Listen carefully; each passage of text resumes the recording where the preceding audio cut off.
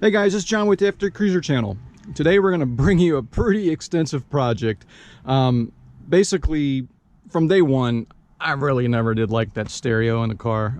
It's horrible as far as connecting to your phone and doing whatever else you got to do with it. So, and plus the sound is pretty awful. It's just door speakers and dash with some little exciter or something in the middle under the headliner. I'm not even sure what that looks like, but I will find out. So basically what I'm gonna gut the whole thing out. I've got 100 square foot of KilMat. I'm going to basically line the entire, as much as I can, I guess, inside here to kind of quiet the thing down. And then I'm going to put 4 speakers. We're gonna replace the door speakers with, I went everything Kenwood, the Exelon series. I found this 7-inch speaker, and I'm going to give it a try. You know, it's bigger than 6.5, and I really want to stick with the round speaker and see what that sounds like. And then I'm going to put some 5 1/4 speakers on the back doors, and these are 3.5-inch speakers for the dash replacement. And on the back pillars back here, I'm going to put 4-inch speakers. I'm going to try to power everything with 2 subs, 2 amps. This main amp's going to power all the speakers, and I've got an old school Fosgate amp that is just killer. It's always, I've had it for 20 years now. It's 150 watt RMS 2 ohm stable. I'm going to build, I think, a speaker box somehow back here. I'm not quite sure exactly what I'm going to do yet. I may have to fabricate something out of fiberglass and maybe tuck it in that window, or I don't know. For those of you that have seen some of my other videos, I have a box that usually goes back here. So don't have a whole lot of room, and I kind of like having a little bit of space for storage on that. You know, we can tuck in things on the side, but hey, I got to give up something for better sound maybe. So I'm not sure exactly what I'm going to do here, but we'll figure that out. So basically, I don't have all my components yet. I'm going to go with a Kenwood Exelon as well, because double den deck. I think I bought the DDX 9906 XR. I believe that's what it was. Basically, it's their top of the line without the Garmin navigation system in it, but hey, who needs it? I'm going to be able to use my phone to pair up and use my maps and everything else with it. So anyway, Maestro, I'm going to, I ordered also the Maestro RR unit that's going to go in here, and that's going to allow me to access the computer of the FJ to look at tire pressure and other engine codes and other stuff like that. So anyway, it's going to be a really big build. It's probably going to take me, I don't know, hopefully less than 2 or 3 weeks, but I'm going to gut everything. I'm not sure exactly how much I'll show about taking things down, only I guess if it's something that's critical and I think it'd be beneficial for you guys to do. But there's a lot of videos out there about removal, so I'm going to try to really stick to the radio installation for this video. Anyway, I hope you enjoy it, and let's get going. All right guys, so I got the panels out. I just wanted to note one more thing. So originally I was going to put the sub like somewhere right here, utilizing some of the hole for that little pocket. But once I took this out, there's a huge gaping hole right back here, open area. I'm going to try to fit, I mean, this is a 10-inch punch speaker. It's huge. I mean, it's like 7 inches deep, and I think there's still plenty of room for this guy to be housed back there. Certainly if you use something a little bit smaller or not as deep, you got even more room. So I think what I'm going to do is do major surgery on that panel that's out here, cut out a lot of it, and build some kind of fiberglass enclosure that that makes it look somewhat like it's I don't know what it's going to look like, but hopefully it looks good. And I can even build the fiberglass enclosure that even goes in a little bit further in that little hole to give it even a few extra cubed inches of space for the speaker to function properly. But anyways, I'm going to try that, and hopefully it looks good, and you guys get to see something a little bit different. Thanks. All right, so we have the flooring out now, the side panels, and next I'm going to get the roof out, or the headliner out. I just wanted to kind of note something. I pulled this front speaker out. I'm sure if you've done this, you were shocked as I am, but this speaker, I'm not even sure it constitutes a speaker. I don't even know how sound comes out of it. It's so light. This spatula probably weighs almost as much as that speaker. But anyway, out with the old crappy stuff, in with the new pretty soon. So anyways, let's tackle that headliner next. All right guys, so now it's time to put the KilMat down. What I wanted to do is, there's several places obviously that you've got to go through the KilMat to put some bolts or screws or something like that, like in this situation over here. What I wanted to do is, I got a leather punch kit, and what I intend to do is, you know, put some nice little holes to where you can see through it before you peel it and affix it to the car. You probably don't need a punch kit. You can cut it with whatever you want. I don't know. I wanted some nice pretty holes, so that's what I did. So basically, obviously before you get the backing off of it, just where you're going to place it, and you can kind of feel through here. Like I know there's a hole right there that I want, and so I just, you know, this is where I'm going to place it. You feel it you can feel through it, and you kind of make an indentation with your finger on it, and then you get an idea of where you want to punch a hole, and then peel it and stick it. I'm not sure. I think I'm going to put, you know, back-to-back KilMat and try to do as much as possible, but I think the idea is you probably don't have to do that. It's probably going to be overkill over KilMat. But I think as long as you just put some patches and prevent the thing from oscillating and vibrating with sound, and it dampen a whole lot more of the noise. But I've got a ton. I bought 100 square foot of KilMat, so I intend to do as much as I can over here.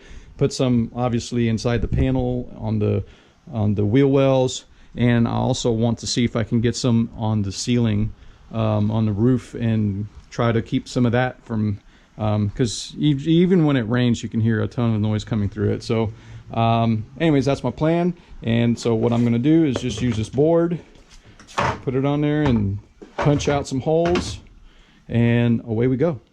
Hey guys, so I've started putting down the KilMat. I just wanted to do a quick video showing the sound comparison on a fender well that has some deadening on it and a fender well that has no deadening on it, just so that you could hear the difference. So here's the fender well without any deadening on it.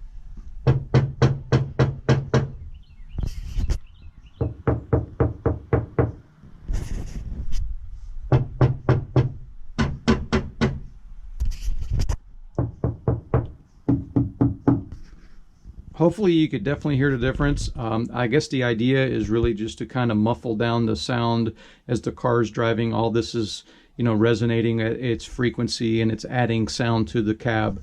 So the idea really is to try to get like the flat areas, anything that's flat that resonates like a drum head, you want to put some deadening on it. And some of the corners, the sharp corners, maybe not as much.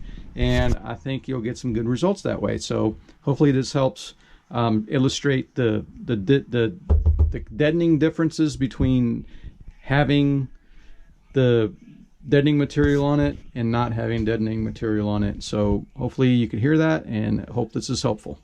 So I pretty much got all I'm gonna do as far as the KilMatting goes. I've did the whole entire floor, the fender wells, inside the quarter panels. I put plenty of, well, I mean enough deadening KilMat in there, and obviously the entire roof. Now I will say that the 50 square feet will easily do the whole flooring, the fender wells, and basically the front doors. If you want to do the roof, then it's going to take a little bit more. And so out of the 100 square feet, I still have like about half the box left over, and that's including doing the whole back wall on the back door, and also the two front doors. I did similar to this. So with that said, if you find somewhere, if you want to do the entire project, it's probably more of a 70 square feet type of thing, but easily 50 will do the flooring, and inside the doors, the front doors, and back here. So anyways, so now I'm going to start figuring out where I'm going to put the amps and start doing the wiring, and that's next. So I got the power fished through the firewall. So the cable comes through here, and I'm going to use this side of the car for power and that side of the car for all the speaker wires to go through, because I don't want to mix and match. But let me first of all, let me just say that for this project, for these small amps, probably don't need 4-gauge wire. That thing is tremendous. So what I ended up doing is running the 4-gauge wire up to this point, and it's under tape, but essentially it's one of these 100 amp fuses that came with the kit. So I put the 4-gauge wire on this side, and then on this side I basically split. I've got 2 8-gauge wires coming out of this side, one to feed this amp and another one to feed the subwoofer amp, and that's how I'm going to run it. Alright, so the speaker wire, the way I kind of worked it, I utilize the same boot that comes through here, but it doesn't go through the door. It kind of fishes around through here on this bracket. So they're just basically 2 screws. You take these guys out, remove some of this little tape that holds this wire harness to that bracket, and then I also remove the boot from this side of the car and kind of shrunk it really short, so it was real easy then to fish the speaker wire through and put everything back together.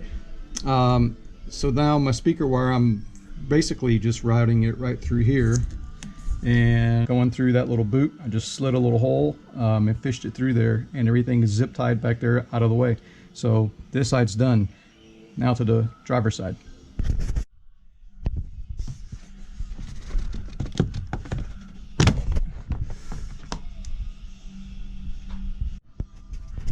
All right, so on these front grills, basically it's got this little, I don't even know what you call it, this little plastic piece that kind of funnels the sound out somehow. We need to remove that so that it fits in there with the new speaker, or otherwise it's going to hit the top of the speaker. So I think basically what I'm trying to do is just get this razor blade and cut off that little tip, and then see if I can pry it right off.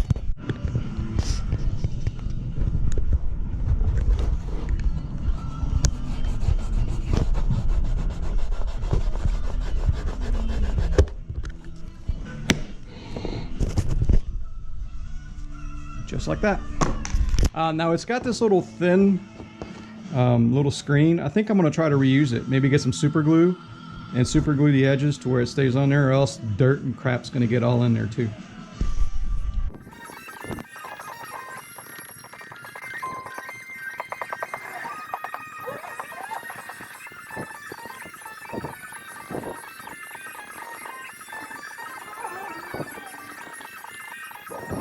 Alright guys, so on the dash speakers, I ended up going with the Kenwood KFC X3C. These are 3.5-inch speakers and 2-way, and they fit perfectly in there. The factory mount is actually that little hole over there, and this clip was there. So what I was able to do is put the speaker in there, get a Sharpie and drill out a hole and move that clip to the new hole. And I had to get a razor blade and just shave off just about 1/16 of an inch of the plastic so the clip would go all the way in there. But it fits in there just perfect. This side of the speaker mount I bent up just a little bit, so because it's at an angle. Now the speakers lay in there slightly tilted up towards the cabs, similar to the stock one. So I think the sound's going to project just perfect.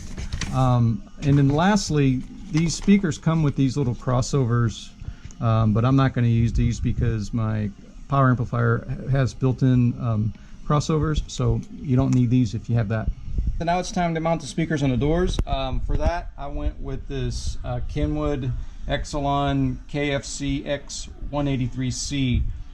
These are 7-inch round speakers, 2-way, 80 watts RMS, and that's what she looks like right there. Now, the cool thing about it is they give you, out of the box, these adapters. Well, it actually comes with 2, and I guess if you have a standard 6x9 hole, you can use this adapter to put the speaker on there. But this one, I guess, is really designed for the Toyota because it fits in there just perfect. The mounting on this is going to be super easy now. Now, one thing I'm gonna do, I like the factory, the way the factory speaker was. It had a little cover in the back to keep some water out of it, so I'm gonna have to figure out some way to put some kind of tape or something, just maybe a moon shape just halfway through it to keep some of the water from hitting the speaker. But other than that, this setup's gonna be super easy to install. Let's get to it. All right, I want to mention one more thing here. So I don't know if it's just a fluke, but my box didn't have any kind of instructions or paperwork for some reason, but it did have these little sponge tape, and this one is like 1 inch thick, and it also came with some much thinner 1/4 inch, which is a little bit softer than this one. But so what I'm gonna do is I put the thinner one on the outside here, so that cover goes on it and there's no rattling whatsoever, and then on the thicker one I put on the inside of the door, kind of a lip, so in case there was any kind of water splashing, it would probably hit that instead of just drain straight to the speaker. But I'm still going to try to cover the speaker somehow. But hey, with no instructions, this is what I'm doing, and let's keep going. All right, guys, for the back door speakers, I went with the Kenwood Exelon KFC X134. This is a 5 1/4 inch speaker. Really, if you're going to mount it the way I'm doing it, it's probably the largest speaker you can go with. So here's the grill, and you can see it fits in there just perfectly, 5 1/4 inches. You could probably go with a 6 1/2 inch speaker if you fabricate something like out of fiberglass and pull this thing out a little bit more. You can. There's definitely enough depth in there to fit a larger speaker, but if you're going to mount it to this flat surface, really I think 5 1/4 is the largest you're going to be able to fit in there. So let's get to cutting and installing this guy.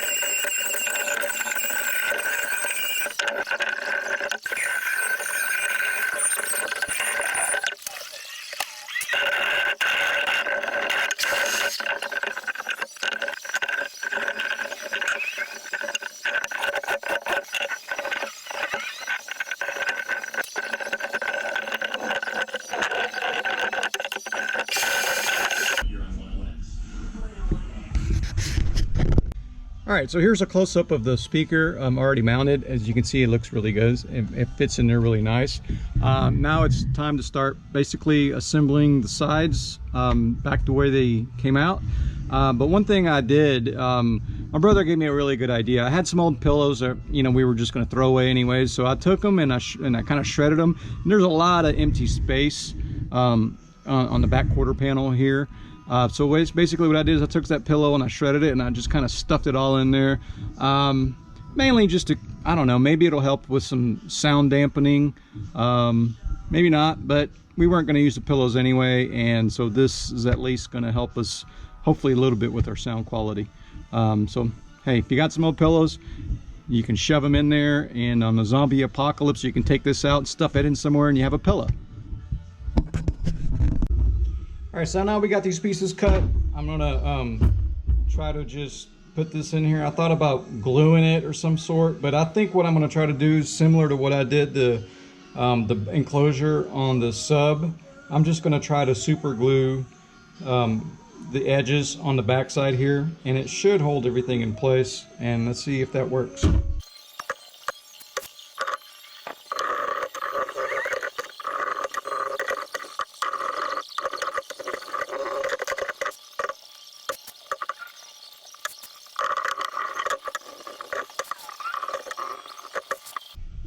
All right, so now they're both super glued all the way around on the edges. It's just a matter of cutting out the excess and installing it.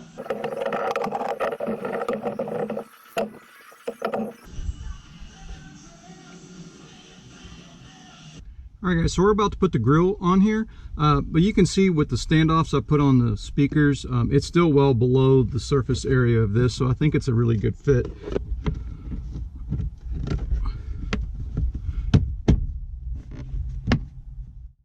That's it. She clips in there. And, All right, so the next thing I wanted to talk about was basically the installation of the stereo. I figured the best thing to do is just pull up the manual and kind of go over a few things. I'm not going to go over all this stuff. I'm just going to highlight some things that I did a little bit different and things to note. So the first thing is basically this park switch. There's a wire that they ask you to connect to the emergency brake. I ended up connecting that to ground. I think what that does is enables all the full functionality of all the features of the radio, no matter if your parking brake is on or not. I'm not advocating that you do this, but now that you know how this wire works or the function of this wire, you do what you wish to do. The next thing that's a little bit different is the connection to the rear view camera. This stereo does have 3 inputs. So there are 2 camera inputs here, and this 7 is an additional camera input. But the FJ doesn't have a video feed coming out of the stock deck. The video feed is located in the rearview mirror. At least it is on my 2014, if you have the rearview mirror built into it. So what I did is I tapped into the video feed in the rearview mirror with an RCA cable and ran it down and connected to this connection here. I have videos showing that, so and I'll talk about which wires to cut if you wanted to do that. Otherwise, everything here is self-explanatory. Just follow the directions. 10 is a microphone input. That allows you for hands-free operation of your phone and calls and such. 9 is a GPS antenna. I'll show you where I connected that. All of these connections are connected straight to the wire loom of the iDataLink. Obviously, I didn't connect anything to the speakers because I'm running my connections. All my speakers are connected to my amps, which are connected to the preamp outputs of the stereo. But these other connections here, you would just connect to the stereo loom. And then all of these connections are made to the iDataLink unit, and the iDataLink unit has 2 wires which go back to the stereo. This step 2, you can skip it. There is no video feed in the back of the stereo. So I didn't connect anything on this connection here. Like I said, I tapped in an RCA wire straight to the rearview mirror and connected that straight to the stereo. So step 2, you skip. Everything else you do. So with that said, guys, I think I'm covering everything. I have video showing some of these things, so let's continue the video and get this thing over with. all right, guys, so while I have the headliner out, I'm going to go ahead and pre-wire some of these things. The stereo comes with these this little microphone. I'm going to go ahead and place that just behind the rearview mirror and probably pin it right to the headliner itself. And then I'm going to try a different antenna. I replaced my original antenna with one of those old stubbies, and the reception is off and on. So bought this. I'm going to try it out, and let me show you real quick where I'm going to place all of this stuff. All right, guys, so now I've got the antenna stuck on there. So basically, I just put it right behind this little metal lip right here. It's going to be hidden under the headliner. And then the microphone, I've got it dangling right now, but I'm going to just clip it to the headliner. So hopefully I get a pretty good reception with this where it is. It can't be worse, hopefully, than the little stubby that I have. So let's just give it a shot. So the radio also comes with a GPS antenna. I figured this would be a really good spot to put it. It's behind the gauge cluster. So basically, to remove the gauge cluster, it's just these little clips. The top comes off of it, and there's 2 screws holding the cluster together.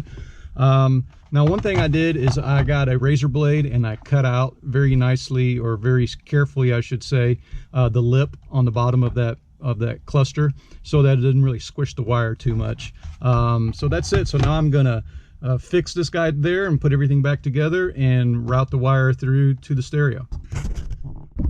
All right, for my FJ, my camera and everything is routed to the mirror and not down by the radio. So you have to tap into the wires up here if you want to reuse your backup camera. Basically what I did is I got a RCA cable a video signal, and I just, you know, clip this end of it, and the other end is snaked down to the radio. And then pins 6 and 7 on the mirror, it's like a 6 is a white wire, and that white wire is the camera negative feed, and red is the camera positive feed. So I'm just going to tap this in here, and then so hopefully both will work. The rearview mirror will work, and the backup on the radio will come on as well, the backup camera. So let's give this a go. All right, guys, so let me do a quick recap on these connections. So basically, we made the connection from the stereo loom to the harness here of the iDataLink. And then from the stereo side, you're gonna have 3 quick plugs that fit into these connections. And then you're gonna have a 20 pin that basically the kit comes with this short little connector. It's a 20 pin down to an 8 pin, so you need to make that connection, and that connection goes to the wire loom. My vehicle is a 2014 with the camera on the rearview mirror without JBL system, so this is what I'm speaking to. So you're going to have basically 2 plugs on the connector that are unused. This one would normally go to the rearview camera, which we had to make that modification from the mirror and go straight to the stereo. And this other one here would be if you have a JBL stereo. So other than that, you're going to have 2 plugs, or I will have 2 plugs I don't use. The white one is basically for Bluetooth connection, so that's taken care of by the module, or the stereo I should say. And then this blue one is the XM antenna. I'm not going to run XM antenna.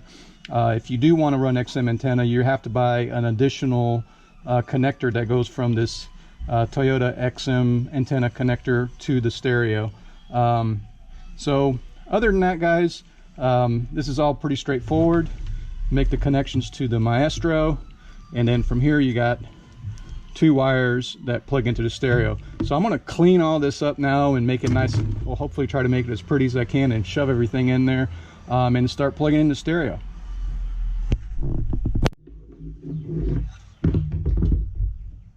So when you get the stereo from Crutchfield, they basically give you these little adapters to put on either side to kind of fill in the gaps.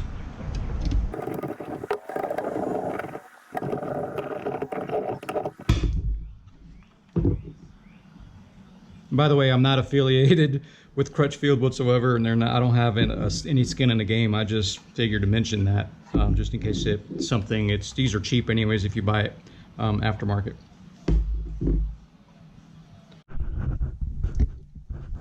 All right, guys, so now that the stereo is put in, it's time to start working on this box.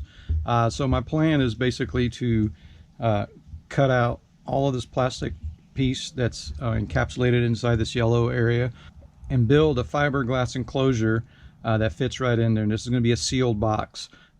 So I'm not going to go into detail in this video on the construction of the entire box.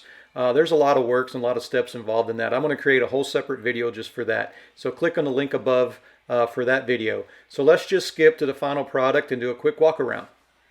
Alright guys, so this concludes the stereo installation for this video. I'm going to do a separate video on the stereo itself. Also, likewise for the subwoofer in the back, I'm going to do a separate video on that with more details. Also, I'm going to be installing cameras on the front and on the bottom of the FJ, so look out for a video for that.